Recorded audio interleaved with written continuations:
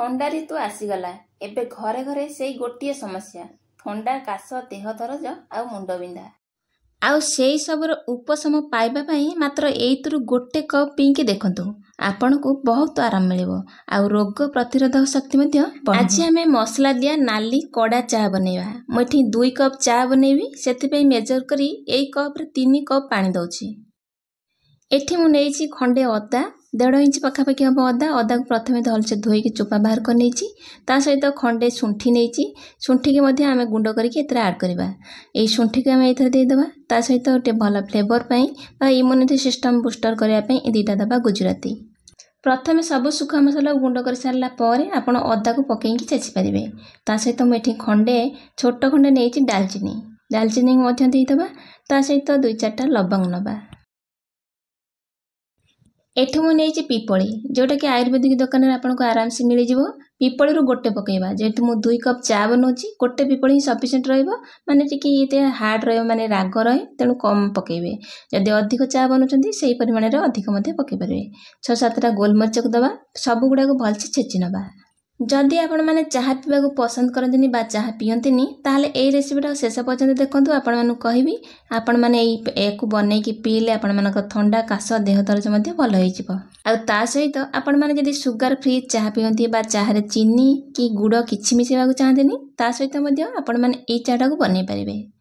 से सब मसला को प्रथमे भलसे दर छेचा करिबा पूरा ग्राइंड करबानी से तू देई दबा पानी दिए ताको फुटिया पई छाड़ीबा।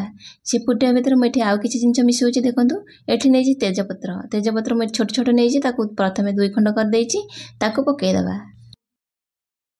जदि आपण माने मीठा खाइबा को बा चीनी खाइबा को पसंद करूनांती ताहले गुड़ मध्ये बनै पकेइकी एई चाटा को बनै परिबे। नै तो बिना गुड़ बिना चीनी रे मध्ये एई चा केमति बनेबे वीडियो को संपूर्ण देखंतु मु कहिबी।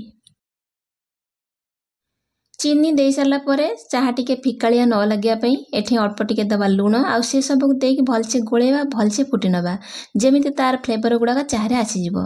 ता सहित एठी 4-6टा खंडे हम तुलसी पत्र को दे दबा। तुलसी पत्र को दे सारला परे ताको आ 2-4 मिनिट भलसे फुटेबा जेमिति चाहा दिए रे सब फ्लेवर गुडा का आसी जिवो। गोटा मसला गुडा का हमें पकेइचे। ता सहित एठी नबा चाहपत्ती टिके खूब कम नबा काहेकि ना जेहेतु चाहपत्ती अधिक पकेले हमें नाली चा बनौचे कसाळिया लागबो अधिक पकेबेनी अल्प टपे पकेबा माने अध चामच रु कम।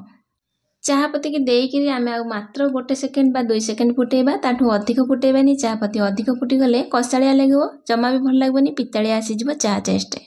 एठी हमर चाह फुटी गलानी आमे आठू अधिक फुटेबानी गैस को ऑफ करबा आ चाह को छाणी नबा। मु एठी कप को चाह छाणी आनिची आ एथरे टिके लेंबू पकेइ दबा। जदि आपण को रेडी हे जिवो लेमन ट्री। जदि आपण माने चीनी खाइबा को बा गुड़ खाइबा को पसंद करनांती एमिति चाह छाणी सारला परे एथरे टिके महू मिसेई कि आपण माने पी परिबे।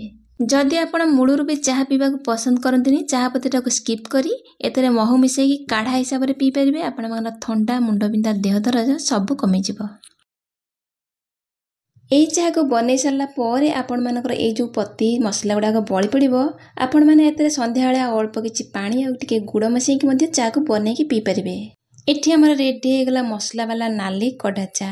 आपण माने थरे पियंतु आ आज रो रेसिपी आपण माने केमति लागला कमेंट सेक्शन में शेयर जणेबे। रहिली नमस्कार जय जगन्नाथ।